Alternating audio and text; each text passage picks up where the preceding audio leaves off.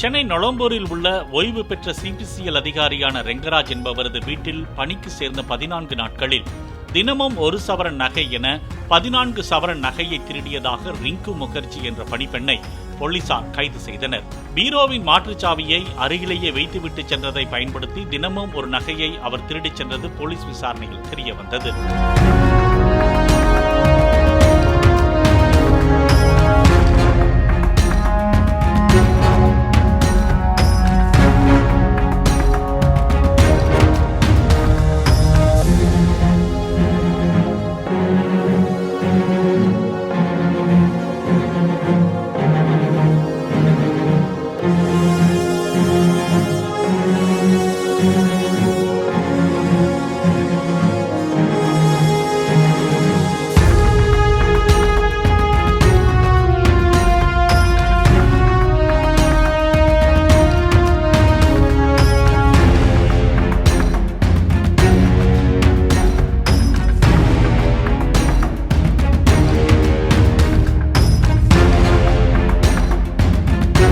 Play store மற்றும் app ஸ்டோரில் இருந்து பாலிமர் செயலியை QR கோடு மூலம் பதிவிறக்கம் செய்யுங்கள்.